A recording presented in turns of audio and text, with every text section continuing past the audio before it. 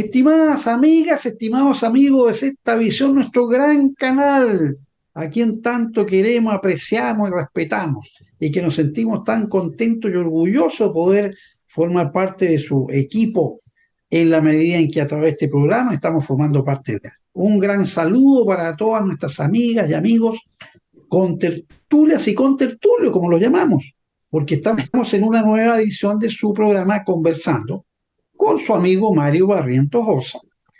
Y obviamente esto yo lo califico como una tertulia en que hablamos de cosas que esperamos que sean de interés general, con invitados que traen antecedentes sólidos, objetivos. Nosotros no sacamos conclusiones, las conclusiones las sacan ustedes en la medida en que lo que les estamos mostrando, diciendo, es de vuestro agrado.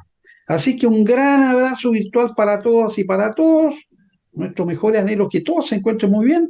Y quiero decirles que en esta oportunidad tenemos un invitado que es de mucho aprecio por parte nuestra, que ha estado con nosotros en otros programas.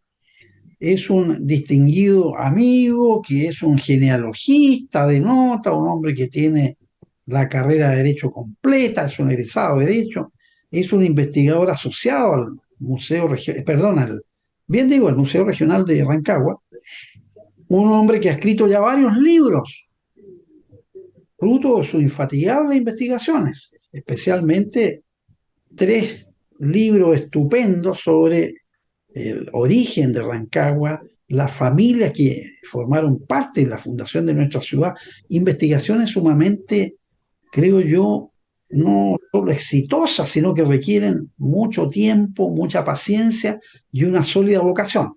Así que a este hombre que es Patricio Díaz González le damos una muy cordial bienvenida, estimado Patricio, bienvenido, un agrado tenerte aquí y te agradecemos que te haya dado el tiempo de compartir con nosotros en esta oportunidad. Bienvenido. Muchas gracias, don Mario. Muchas gracias. Y hola a todos. Acá Eso, estamos de nuevo. salude a nuestras amigas y amigos ahí, dele un buen discurso. Bueno, eh, muchas gracias por invitarme de nuevo. Pretendo hacer un aporte nuevo, traer algo nuevo, algo distinto y a disfrutar el programa, ¿no? Veamos la conversación. ¿En qué vamos, don Mario? Usted manda. Mire, vamos a partir por recordar que en estos días, estamos iniciando junio cuando grabamos este programa, el 7 de junio estamos recordando un nuevo aniversario de la batalla de Arica o la toma del Morro de Arica y que es el Día de la Infantería. Ah, Por tanto, me parece, estimado Patricio, que es un deber que nos corresponde a ti y a mí como ciudadanos honorables de Rancagua y de nuestra patria, expresar un saludo lleno de cariño, de admiración y de respeto a todos los hombres y mujeres que forman parte de la infantería de Chile, la reina de las batallas, que se cubrió de gloria en la toma del Morro de Arica, precisamente, que demostró la gallardía, el valor, la capacidad que tenemos, y aquí me cuelgo por ser parte de esta querida República de Chile, que tenemos los chilenos para enfrentar los grandes desafíos de la vida, que en ese momento era justamente tomar el morro. Y se logró en 55 minutos, como nos cuenta la historia, toda un una morro que hazaña. estaba artillado, había que trepar el morro, Patricio, con una pesada mochila, con un fusil Complet que pesaba como 15 kilos, si no me equivoco, y recibiendo el fuego adversario, que obviamente venía de la cumbre del morro. Es decir, una batalla en que había que ser valiente en el verdadero sentido de la palabra.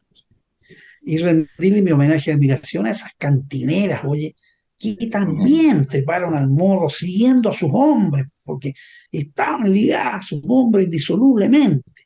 Y también ahí la mujer chilena mostró su gallardía, su temple, su coraje. ¿No sé? Varias de ellas vieron morir a su hombre, lo tuvieron en sus brazos, ahí, muerto por las balas adversarias, y lloraron sintiendo que el hombre que querían se había ido a este valle de lágrimas. Realmente es un día hermoso, así que me gustaría que tú nos dijeras algo sobre esto, cómo lo ves tú, cómo lo aprecias, cuál es tu opinión como hombre versado en la investigación histórica de lo que es este Día de la Infantería y la toma del Morro de Arica. Yo con el Morro de Arica tengo una historia como bien personal. Cuéntala.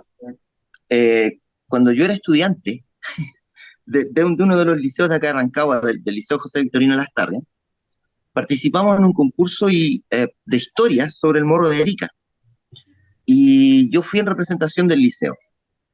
Ganamos el concurso como liceo y el premio era un viaje por una semana a Arica, a conocer el No, regimiento Rancagua, no a estaba conocer el nada de Morro mal, de una Arica, semanita en Arica, muy agradable. para nada. Aprendí mucho, a mí y al profesor de historia, que éramos los que teníamos que viajar por el premio, nos atendieron muy bien. Y otra cosa muy importante, o sea, mi tatarabuelo participó en la batalla del Morro de Arica, o sea, Ah, hay pero una eso me cosa como parece genial. Cuéntanos eso. ¿Quién era muy- tu mi tatarabuelo bisabuelo? se llamaba Tatarabuelo. Francisco Silva Martínez. Francisco, Francisco sí. Silva Martínez. Había nacido en Pelequén, perdón, en Mira, Colina. En en Colina. Colina, su señora había nacido en Pelequén, y Bien. él fue allá, participó dentro del batallón Bulnes, del batallón cívico que se armó para participar en la Guerra del Pacífico, ¿Cómo? participó en casi todas las batallas, o sea, tengo la hoja de vida, y él falleció allá en la campaña de la Sierra. Ah, Él, ya. él falleció allá y fue tanto am, la crueldad con la que, porque mandaron una patrulla a registrar parte de la zona, y esa patrulla, de que eran como de 15 personas, en la que iba mi tatarabuelo, le hicieron una encerrona, los mataron, Una y emboscada. una emboscada, y los arrojaron a una zanja muy, muy, muy fuerte. O sea, los restos de mi tatarabuelo nunca volvieron, Nunca fue quedaron allá. encontrado entonces, cuerpo. Claro, no, no, nunca fue encontrado. Pero él participó en la toma del Morro de Arica, entonces como nosotros, como familia, es como algo muy importante, una fecha que se recuerda en esas reuniones de familia, Por supuesto. cuando todos están juntos, recordamos al tatarabuelo Francisco. Tenemos una sola foto de él, que no la tengo a mano, para mostrársela a don Mario, pero tenemos una pura foto de él nomás, que anda dando vuelta por ahí, que se sacó justo antes de ir al Morro de Arica. Y cuando yo fui, nos presentaron y nos mostraron el museo que hay arriba, y nos contaron allá in situ la historia. Es una experiencia inolvidable, don Mario. Yo creo que es algo Inolvidable, ¿eh? Sin duda. que todo chileno debería por lo menos ir una vez en su vida a ver cómo, porque no fue fácil. O sea, el Morro no era Pero no es no es una cosa fácil de tomar. Es muy difícil de subir, incluso hoy día. Si no se sube en auto, es muy difícil llegar arriba. Entonces, pensar que los soldados chilenos a muerte se tiraron, y en 55 minutos hicieron todo, es algo que hay que destacar, aplaudir y nunca olvidar. acuérdate cómo fue el grito. ¡Al morro, muchachos! Y Y punto. partieron, trepan. Oye, con esos pesados fusiles, tremenda mochila. Uf, subiendo, subiendo, subiendo. Oye, gente que ha ido hoy día de paseo me dice, llegué a la mitad y ya no podía caminar más. No sé cómo esos soldados con mochilas pesadas, botas, fusiles en mano y todo lo demás pudieron subir en Y, 55 minutos. Asombroso. y todo en Parece contra. que los chilenos en esos años eran más corajudos que los de ahora o eran más vigorosos porque se comía mucho poroto. Recuerda tú que el lema era: no hay como el poroto para el roto trabajador. Esos fueron los ferrocarriles que construyeron los puertos, oye, que en plena pampa salitrera explotaban ahí esa riqueza maravillosa. Era gente de mucho ñeque. El Sí, viejo roto chileno, el verdadero roto chileno, noble, generoso, valiente, tenía grandes virtudes. Hoy el concepto de roto no tiene nada que ver con eso, porque el roto es la antítesis del roto chileno. El roto es un picante, mal educado, grosero, ¿sí? Que no respeta las normas, que es insolente. No, pues el verdadero roto era un caballero, roto pero era caballero, noble. exacto. Y tenía Y fuerza ese, y ese estilo. roto hizo esta república, ¿no es cierto? La construyó con su esmero. Son los mismos rotos que subieron a Suber, ¿no es cierto? Y fueron capaces de abrir la mina al teniente. Si el gringo Braden, sin los rotos que habría hecho. Imposible. Esos mismos rotos Imposible. hicieron el ferrocarril de Suber a Rancagua. con todo lo que comiendo unas, costaba hacer eso. comiendo unas poroteras abundantes, ¿sí? Bueno, pero ese es un tema que no podíamos dejar de analizar, querido Patricio, porque a mí me llama la atención, fíjate, te voy a hacer un comentario. Me llama la atención, yo tengo el privilegio de poder participar en algunas academias extranjeras de temas históricos, y me llama la atención cómo se recuerdan gestas de una manera notable. Fíjate tú, la toma de la Esmeralda en el puerto de Callao, 5 de noviembre de 1820. Lord Thomas Alexander Cochrane al frente de la escuadra chilena, con ciudadanía chilena, que la recibió de mano de O'Higgins el 11 de diciembre de 1818, era ciudadano chileno también. Oye, la recuerdan en Perú como un acto brillante. Fue ejecutado por la escuadra chilena. Yo he Sí, tenido que dictar una conferencia sobre eso, dictar una conferencia sobre Lord Cochrane, ¿no? ¿Sí? Y lo he estudiado a fondo porque es un personaje notable. Y aquí en Chile nadie se acuerda. ¿Quién se acuerda de la toma de la Esmeralda? Sin que estamos peleando por estupidez, una tropa de mequetrefes, ocupando cargos que no merecen, incompetentes, inútiles, egoístas, cobardes, ¿no?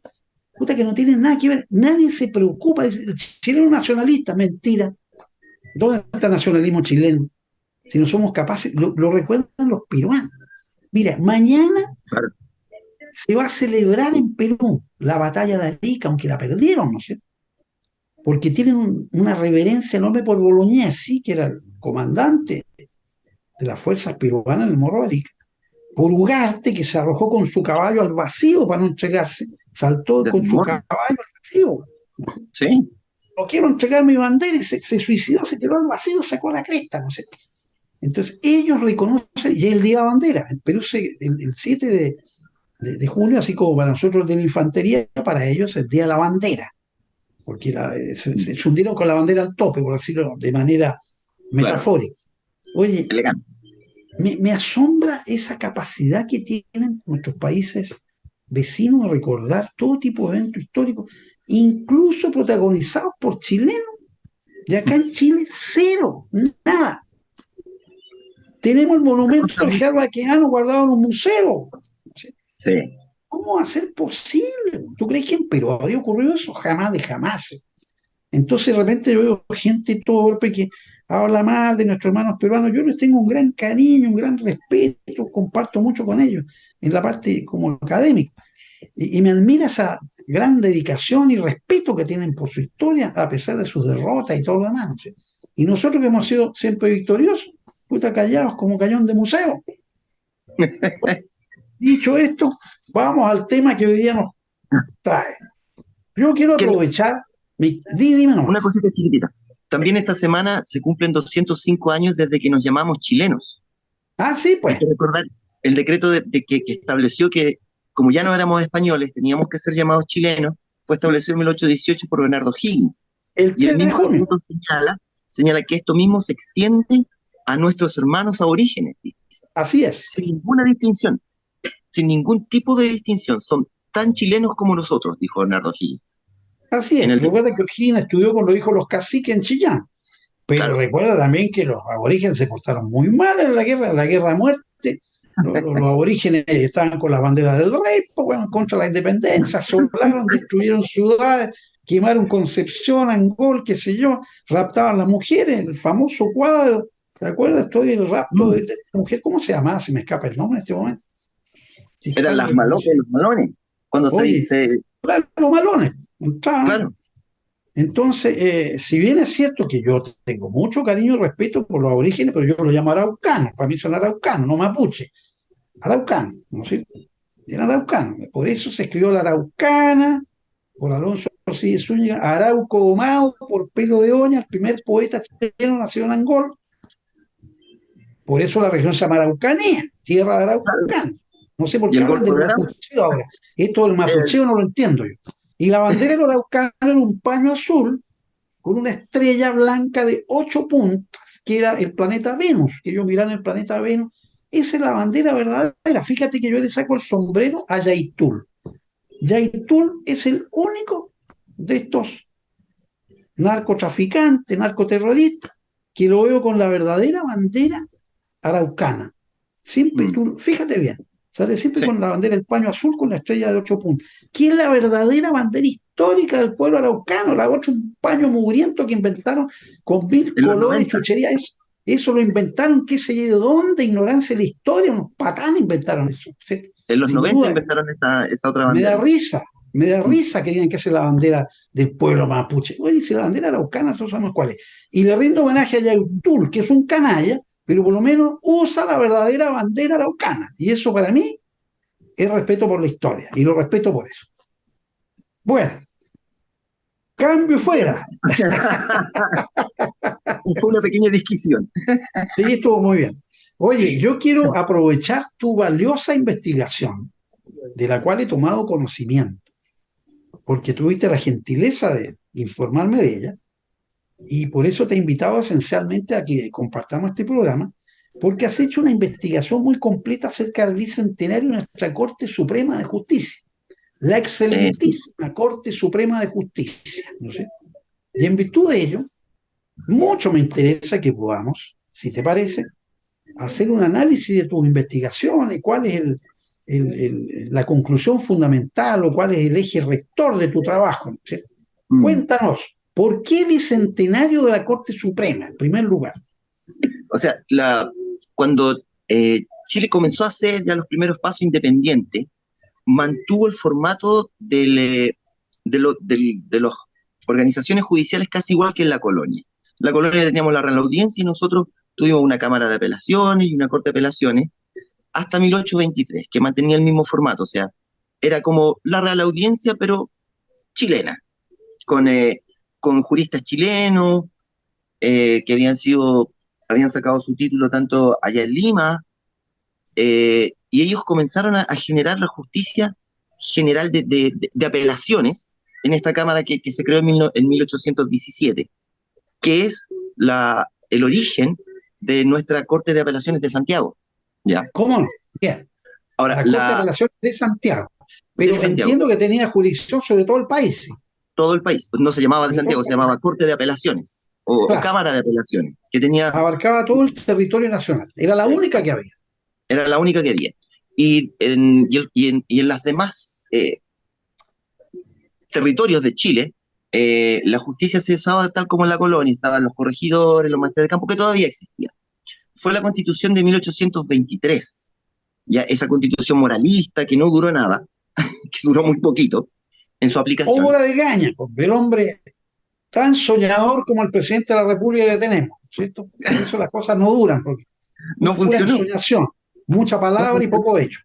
La idea era crear un chileno nuevo, con un afán moralista, pero al final que Me ellos suena establecieron, mucho como lo que se quiso hacer el año pasado. Si la historia es un círculo y se va repitiendo, esto. y 200 años otra vez. ¿Cierto?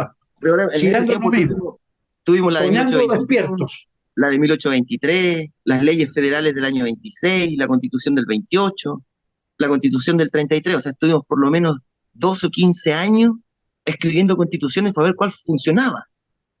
Y no funcionó ninguna, hasta 1833, Hasta la del pero 33, que duró casi 100 años. casi 100 años. Y la del 23 estableció por primera vez un tribunal superior que administrara justicia a todo nivel nacional, que se llamaba la Corte Suprema de Justicia, Corte Suprema de Justicia, sí. que comenzó con 4 ministros y un fiscal. ¿Qué fecha estamos hablando? 1823, pero ¿qué día más o menos? El 31 de diciembre, Ah, el treinta y justo el uno de cierre del año. diciembre se creó, empezó a funcionar. La Constitución fue creada, o sea, la Corte Suprema fue creada por la Constitución que fue promulgada el 29 de diciembre, ¿ya? Y esta en los artículos 143 más o menos al 152 traía todo este formato de cómo funcionaba, cuántos ministros tenía, cuáles eran todos sus poderes, etcétera.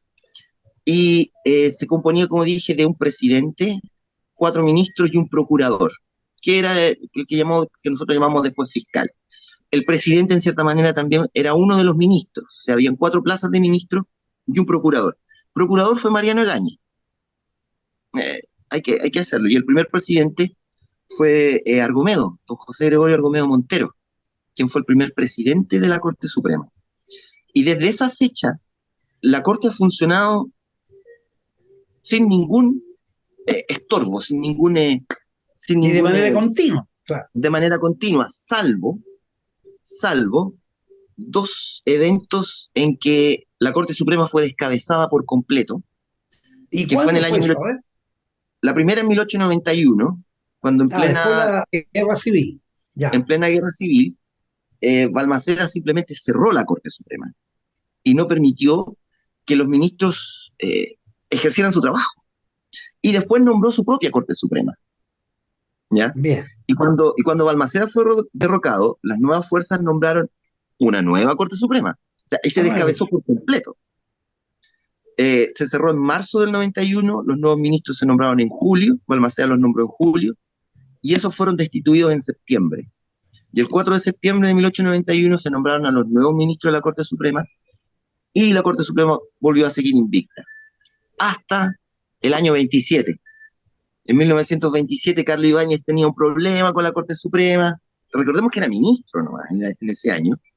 Y el presidente de la República era hermano del presidente de la Corte Suprema. ¿Ya? claro. Eran esas cosas que se daban. Y Ibáñez, siendo ministro, ordenó que el presidente de la Corte Suprema fuera encarcelado. Encarcelado, Entonces, calcula tú, el ni más ni presidente de menos. la República dijo, ¿cómo voy a firmar yo un decreto en donde encarcelen a mi hermano? No puedo. Y renunció.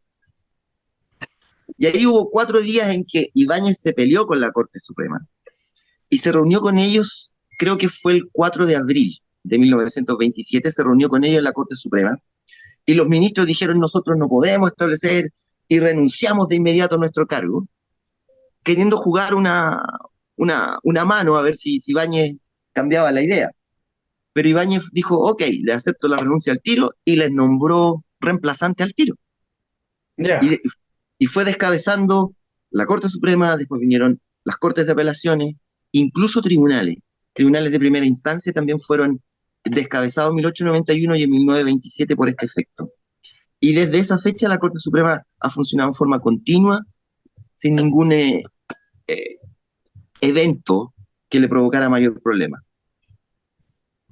Y ahora estamos cerca de los 200 años. Interesante, muy interesante. Vamos a seguir conversando sobre esto, mi estimado Patricio, y vamos a hacer un pequeño alto porque, mira, como recién acabamos de terminar el mes de mayo, en nuestro Instituto Higginiano tuvimos oportunidad de rendir un homenaje a las glorias navales y yo me permití presentar un romance de Arturo Prat y quiero compartirlo contigo y con nuestras amigas y amigos de esta visión y voy a pasar a leerlo una carrerita ahora, mira que quiero aprovechar de difundirlo aquí en este programa que estamos conversando tan gratamente. Y este poema que se llama Romance de Arturo Prat dice así: los verdes pastos de Ningüe sienten los bajidos del niño que trae a la vida en su infantil corazón un germen de destino de gloria, un futuro saber cumplir con el deber. La débil mano que a los 11 años se aferra a su tío Jacinto frente a su escuela naval, ahora aferra, segura y fuerte, esa espada inmaculada con la cual saltará la eternidad. ¡Humos al norte!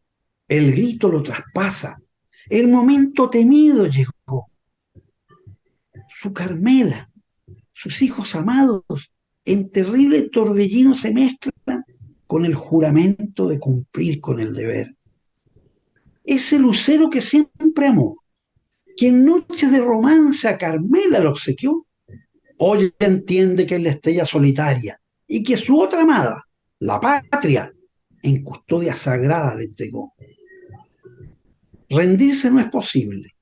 A su amada y a sus hijos no puede mancillar. Morirá por la patria, cubierto por la inmaculada bandera nacional. Su grito traspasa los siglos.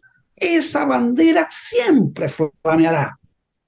Y con mano firme y corazón sereno, salta espada en mano a la eternidad. Este es mi poema que lo he dedicado en homenaje no solo al capitán de fragata, Arturo Prat Chacón, sino que al abogado Arturo Prat Chacón, porque siempre es bueno recordar esta faceta poco conocida de la vida de Arturo Prat, que siendo oficial estudió Derecho y se tituló de abogado, y con en la Chile. muy buenas notas. Era un hombre inteligente, preparado. ¿Sí?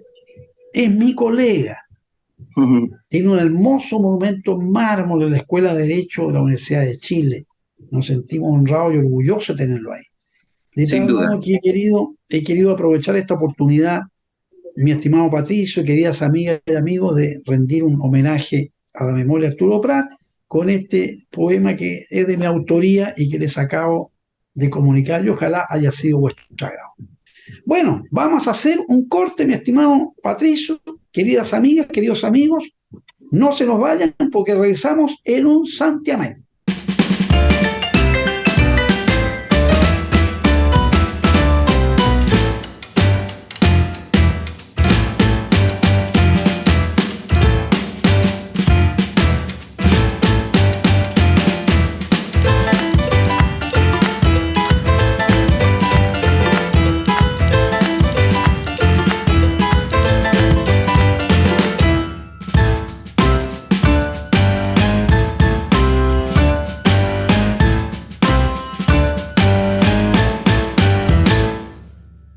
Queridas amigas, queridos amigos de Sexta Visión, ya estamos de regreso. Pues ven ustedes, fue un santiamén solamente. Estamos Ni se aquí notó. nuevamente con ustedes en su programa Conversando, y lo estamos haciendo con nuestro muy apreciado amigo Patricio Díaz González, hombre versado en historia y genealogía, y que nos está poniendo al día, informando de una interesantísima investigación sobre el bicentenario de la Corte Suprema de Justicia, cosa que mucho nos interesa, yo como abogado y como hombre que amo también la historia, porque obviamente el Poder Judicial es un poder del Estado. Y algo fue lamentable en el proyecto constitucional del año pasado, que el pueblo chileno lo rechazó con tremendo, la tremenda votación en contra, es porque se pretendía eliminar el Poder Judicial, se da de servicios judiciales, Sí, era retroceder a 1822, cuando no existía la Corte Suprema.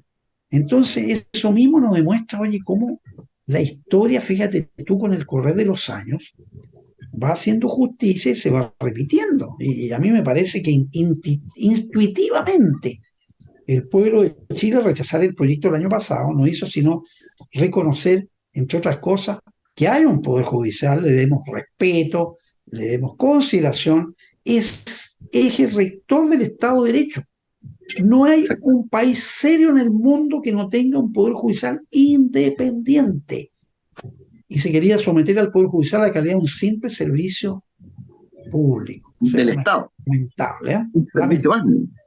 Pero No, bueno, volvamos a esos años, oiga, tumultuosos. Tú me hablabas que en 1927 Carlos Ibáñez del Campo, que era coronel, ministro, después fue vicepresidente y después asumió la presidencia, derechamente despachó a los ministros, ¿ya? Se molestó sí. con ellos. ¿Tú recuerdas por qué habrá sido su molestia o qué es lo que le afectaba tanto para pretender meter preso al presidente de la Corte Suprema, ni más ni menos? Es que había ciertos fallos que no estaban de acuerdo con el procedimiento que estaba tratando de aplicar Ibáñez y el presidente Ya. Figueroa. Sí, Dentro era del país, Emiliano Figueroa Larraín, ¿no es cierto? Emiliano Figueroa Larraín y su hermano Claro. Javier Ángel Figueroa Larraín era presidente de la Corte Era el Suprema, presidente de la Corte Suprema. pero no por pituto, él tenía una carrera judicial. Sí, Hay que diferenciar esas cosas en ese tiempo, porque si bien eran parientes, cada uno llegó al cargo por sus propios méritos, no por una cosa de pitutos como ahora, digamos. Pero una de las cosas que el Poder Judicial tiene en Chile es que a través de los 200 años ha sido ha sido un poder que en cierta manera se ha adelantado a su época. ¿A dónde voy mira, con esto? eso Por me parece ejemplo, muy interesante. por ejemplo, fue el primer poder del Estado que le otorgó un cargo de responsabilidad a una mujer. Antes de que existiera el voto femenino, en 1940 nosotros ya teníamos a la primera mujer juez, ¿ya? Fue doña Corina Mera, que tuvo en su Mira, cargo, la familia Mera, que hoy día tiene dos brillantísimos magistrados que son Raúl y Juan Cristóbal. y una mujer, Ah, y una hermana y una hermana hermana. también, son tres los Mera, Es una familia de jueces estupenda. Yo a Raúl Mera lo conocí como ministro de la Corte de Apelaciones de Rancagua y proclamo que es un hombre más brillante que he conocido, un magistrado de alta alcurnia, respetable, y que por esa injusticia de la vida, cuando se postuló a la Corte Suprema, le faltó un voto en el Senado para ser elegido.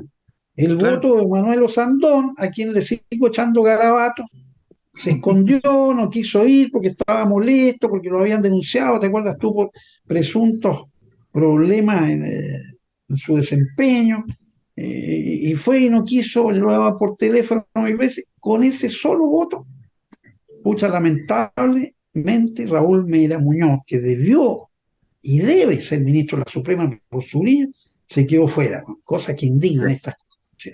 Ahí tienes tú el incumplimiento de los políticos a su deber de reconocer el mérito, el talento y de apreciar y apoyar a quienes realmente lo merecen. Bueno, te interrumpí, perdona, sigue adelante. no, no, está bien. Doña Corina Mera era jueza en el año 44 en Valdivia, en el tercer juzgado de letras de esa época. Tenemos también la primera ministra de Corte de Apelaciones, que fue nombrada en 1970 y algo, antes de que en Chile estuviera todo este afán de la paridad, de la igualdad entre el hombre y la mujer. Antes de que fuera, la Corte ya había tenido ciertos hitos importantes.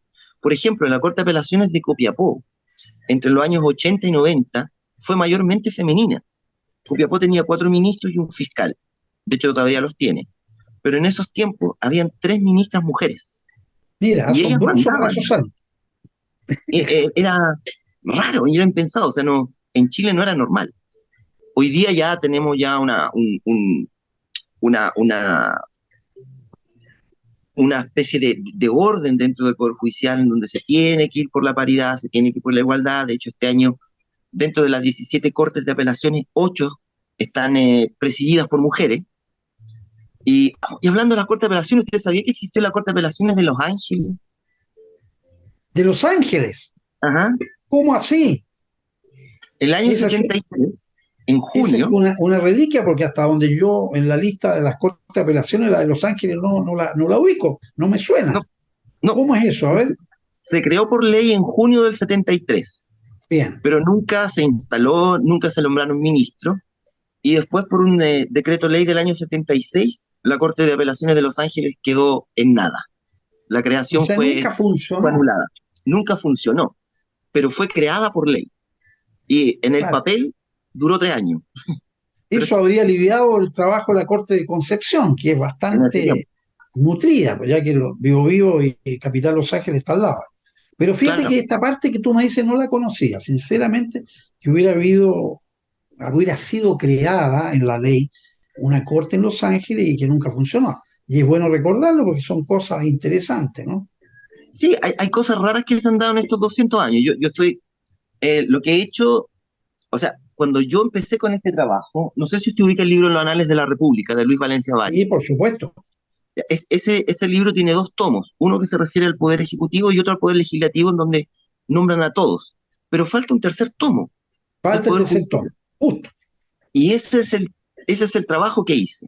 O sea, aproveché este tiempo, los 200 años, junté todas las personas que han sido miembros de la Corte Suprema, de las Cortes de Apelaciones, y que han servido como jueces en los tribunales de primera instancia. Todos, en los 200 años. Entonces, hay harta historia que contar, hay mucha historia que contar. Por ejemplo, se han dado cosas muy extrañas. Por ejemplo, en Rancagua. En Rancagua nosotros teníamos en el año 98, teníamos 4 tribunales, el primero, el segundo, el tercero y el cuarto de letra. Pero resulta que el tercero de letra era más antiguo que el segundo de letra. Y esas Bien. cosas se dieron porque el tercero de letras originalmente fue el tribunal de menor cuantía de Súbel, que se creó en el año Ah, 25, ya, se había creado allá. Bien, bien, en bien. Súbel, en el año 25. Después fue nombrado de mayor cuantía, después fue nombrado juzgado de letras de Súbel, y en el año 70 el tribunal tomó asiento en la ciudad de Rancagua y Se adoptó el nombre trasladó a de Rancagua. tercer juzgado de letras de Rancagua. ¿Ya? Y después lo tomó don Gustavo Vega Belmonte. ¿Se acuerda de don Gustavo Vega? Gustavo Almonte, gran magistrado. Lo recuerdo Sin con mucho duda, aprecio. sin duda. Yo tengo una buena historia de un comparendo en el que tuve que participar una vez con don Gustavo. Pero este tribunal después fue transformado a tribunal criminal, con competencia en lo criminal. Sí, después se separaron y quedó como Quedó como juzgado tercero crimen. criminal, Claro. claro. Y el cuarto civil pasó a ser primero civil. Y el quinto civil que se alcanzó a crear en el año 98, al final terminó siendo segundo civil, cuando se instaló por primera vez en el subterráneo del edificio de la Corte de Apelaciones. Ahí comenzó a funcionar el quinto civil, que hoy día es el segundo. Entonces, ese tipo de cosas, por ejemplo, son detallitos que uno se va dando cuenta de, porque llegó. De hecho, el primer juez de Subel, el señor ¿cómo era que se llamaba? Gavilán, de apellido Gavilán, don José Miguel Gavilán, su único destinación dentro del Poder Judicial fue Subel. ¿Estuvo Estuvo toda la ahí, vida ahí? estuvo solamente 6 años, renunció al Poder Judicial y se fue de notario a Concepción. Ah, Y cambió nunca el más notariado. participó Ya, en el Poder Judicial.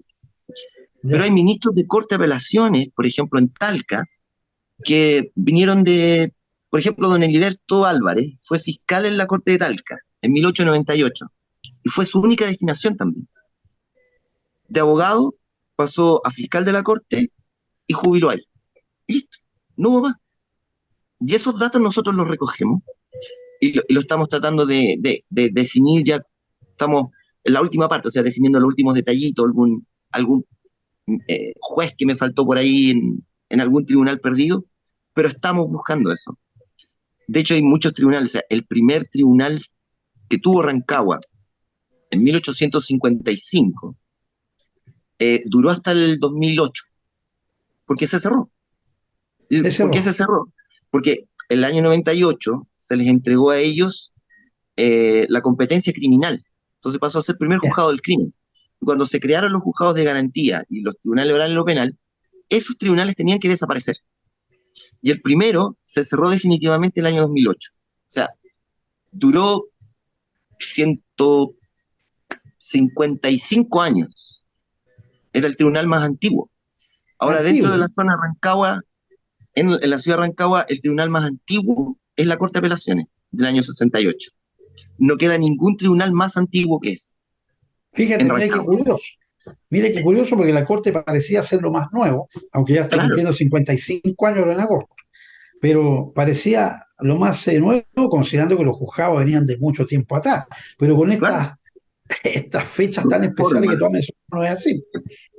Bueno, Claro. O oye, sea, yo te iba a comentar una anécdota con Gustavo Vega Belmonte, porque yo tenía ajá, tanto aprecio. Me acuerdo que llegó una persona un día a mi oficina con unos alemanes, un matrimonio alemán, que estaban de paso aquí, tenían un problema. El problema no interesa, pero un problema. Entonces, que ir a hablar con el magistrado, así que le pedimos una audiencia, nos recibió Gustavo, y yo le digo, magistrado, traigo aquí un matrimonio alemán. Los alemanes no hablaban acete castellano, el que hacía de, de intérprete era la persona que lo llevó a mi oficina.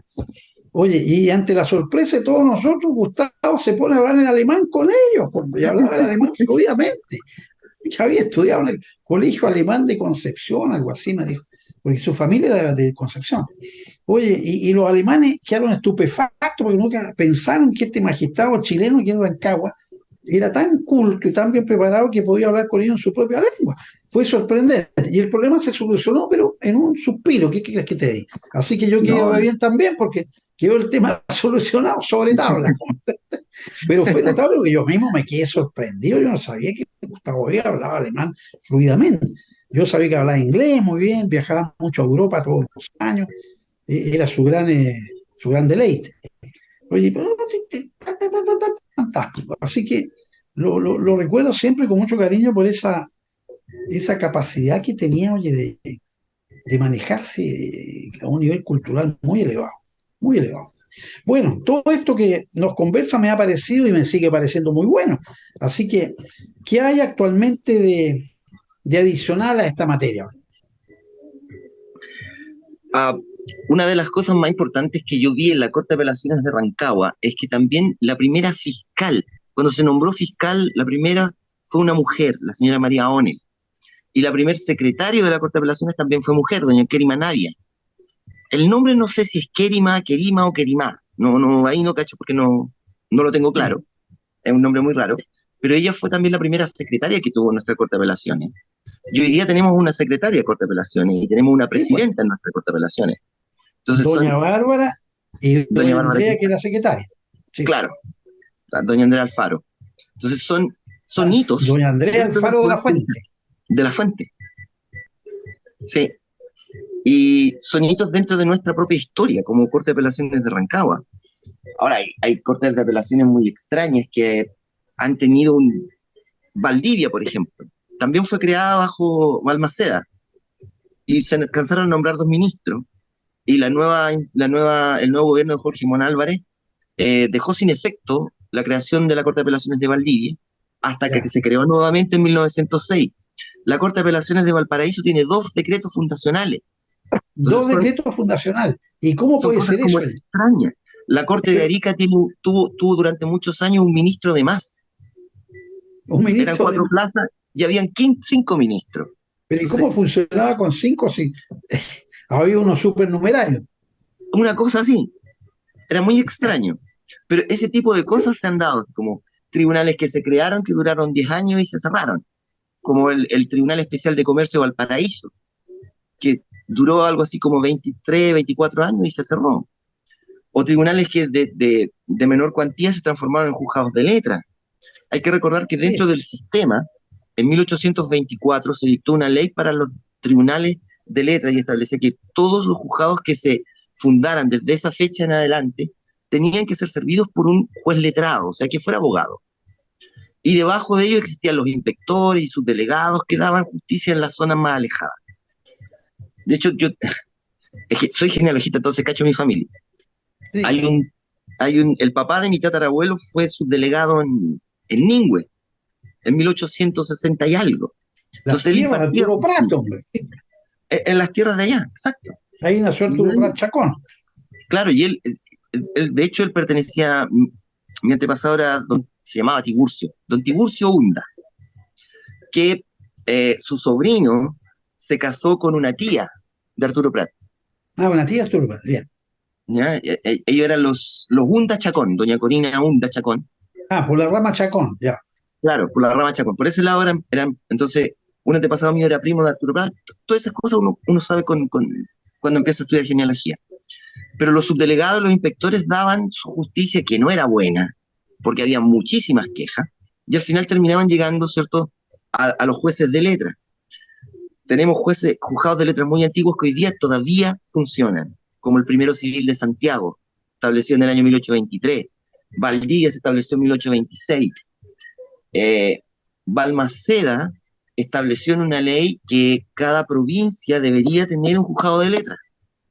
Y bajo su gobierno, los juzgados de letras pasaron de cerca de 30 a casi 80 y llegaron a 104 en 1925. O sea, Balmaceda creó muchos tribunales de letras y después Excelente.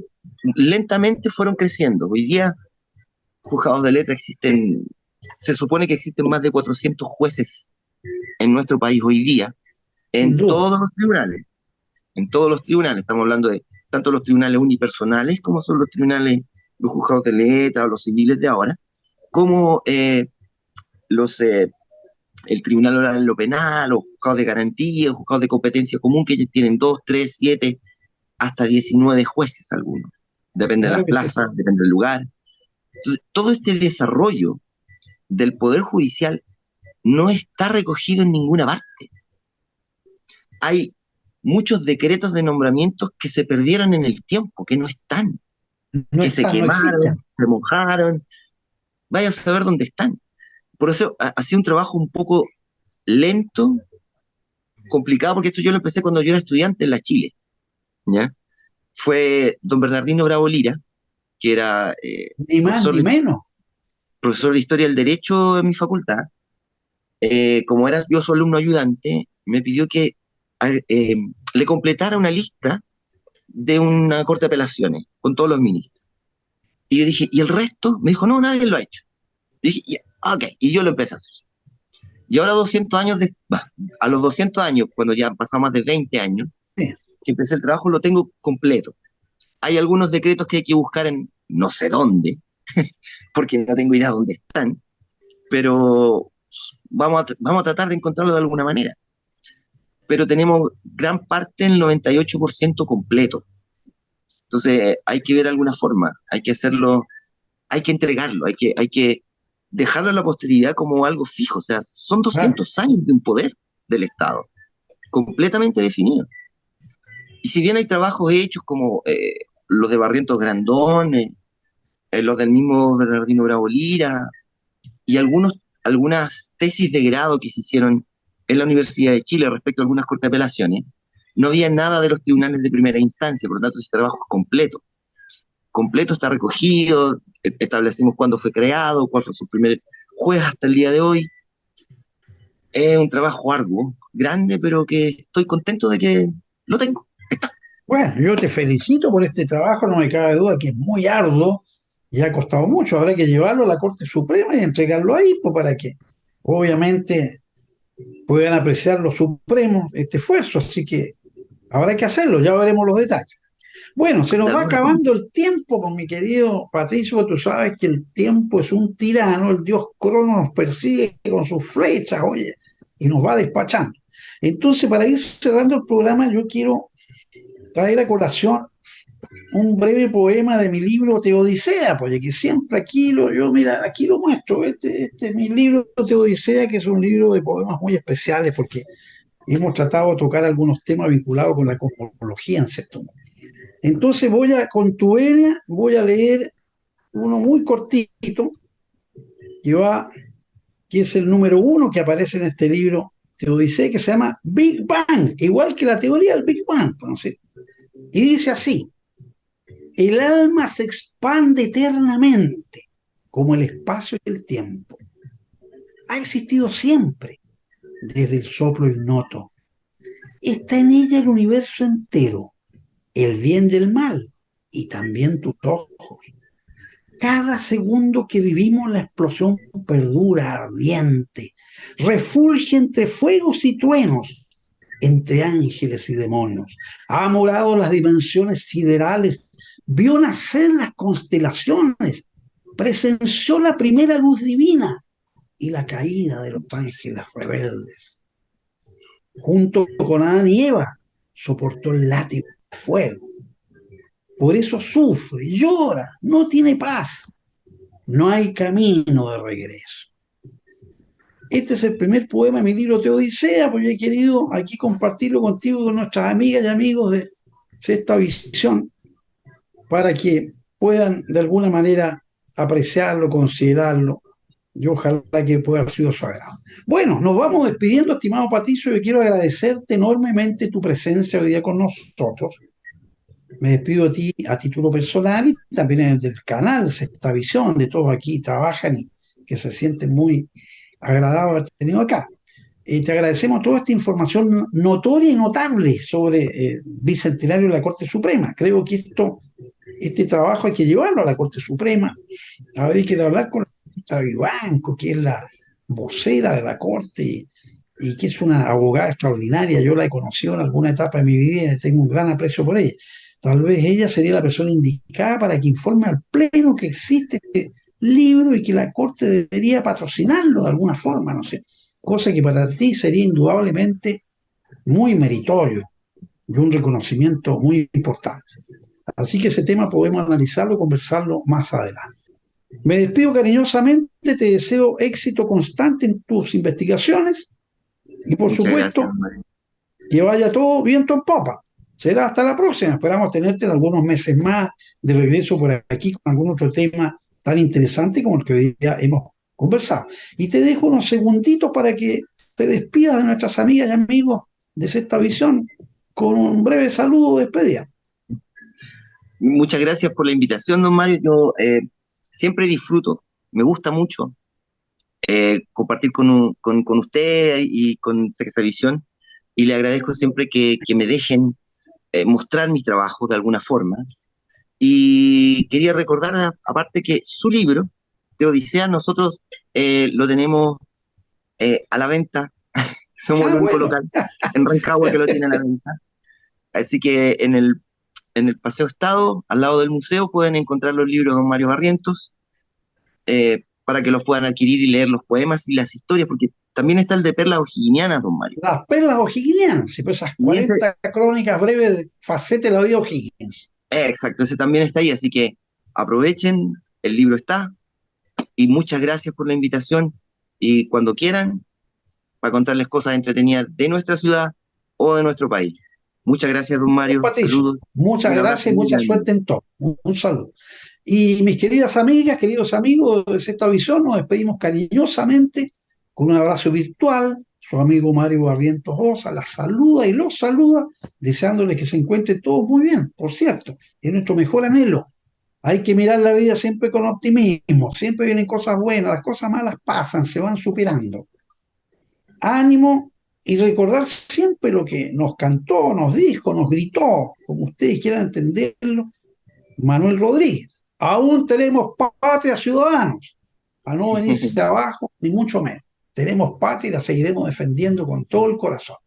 Será hasta la próxima semana en que esperamos estar con algún contertulio, un invitado tan atractivo, tan inteligente, tan versado como el que hoy hemos tenido, y o una, por supuesto, una dama que nos venga a acompañar también. Nos interesa traer aquí a damas que den la visión femenina de la historia, que es lo que cultivamos esencialmente acá. Así que un gran abrazo, un saludo para todos y todas y será hasta la próxima semana. Bye, bye, bye, bye.